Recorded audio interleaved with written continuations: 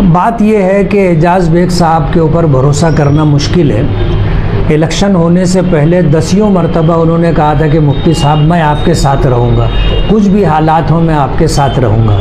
Election में भी हमारे पार्लियामेंट्री बोर्ड के लोगों से उस शख्स ने मुलाकात की और उनको भी यही झांसा दिया कि कुछ भी हो जाए मैं आपके साथ रहूँगा।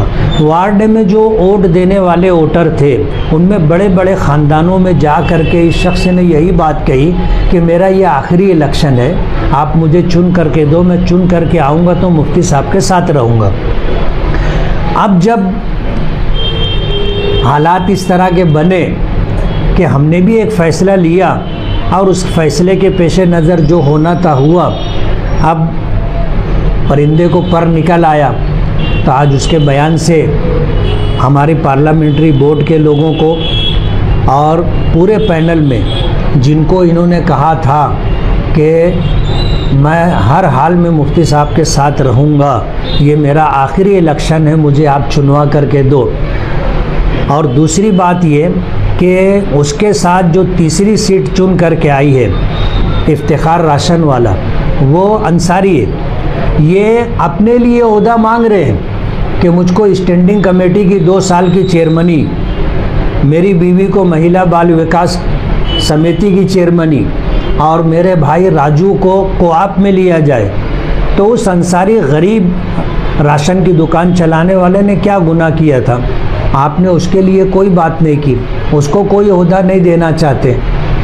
ये मैसेज पूरे वार्ड में, पूरे शहर में जाएगा कि एजाज़ बेग की कहनी क्या है और करनी क्या है। दिन जाते देर नहीं लगते, ये 5 साल कहाँ चले जाएंगे पता नहीं चलेगा, लेकिन मालेगांव की आवाम इसको महफूज रखेगी। आने वाले वक्त पर इस मामले को लेकर के पूरे समाज को बताया जाएगा कि ये वही एजाज़ बेग है जिसने क्या कहा था और क्या किया। अरे देवा, ये गड़बड़ है बाबा। अस्सलाम वालेकुम। कल एक बैठ सुनने में आया मुझे हमारे शहर के आमदार साहब की, इसलिए उन्होंने कहा मेरा नाम लेकर कि आप उसके साथ एजाज़ बेग साहब उसके साथ नाइंसाफ़ी कर रहे हैं, अजियत की बिना पे वो अंसारी है। हम तो मुफ्ती साहब, मैं तो पहले हमारे महल्ले के लोगों ने, जिम्मेदारों ने पहले आपके पास आए थे टिकट के लिए, आपके पास भी जोड़, और आपने मुझे अब तो टहलाया। आप बोल रहे थे कि यार मैं इलेक्शन में चल पाऊंगा या नहीं। तो एजाज़ बेग साहब ही थे जिन्होंने बिना कोई मुफाद, बिना कोई शर्तों के मुझे अपने पैनल में लिया और अल्लाह के फजल करते महल्ले के लोगों ने, महल्ले और वार्ड के लोगों ने हमें वोट दिया। दरअसल बात जो कल आपने करी वो मुनासिब नहीं है।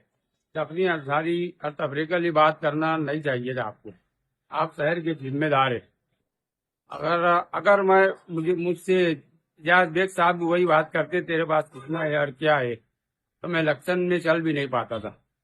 ये तो उनकी वजह से, उनके पैनल में रहने की वजह से, उनके कामकाज के लोगों ने हमें वोट दिया। और हमारे वार्ड में, वार्ड नंबर 18 में आज तक ये सब बातों का मतलब लोगों ने ध्यान भी नहीं दिया है कि ये वार्ड से कौन अंसारी है। कि आपके टिकट पे भी अगर कोई, जब भी आपने उम्मीदवार दिया है, वार्ड के लोगों ने कभी नहीं देखा कि ये कौन से समाज का है। वार्ड के लोगों ने बिला तफरीक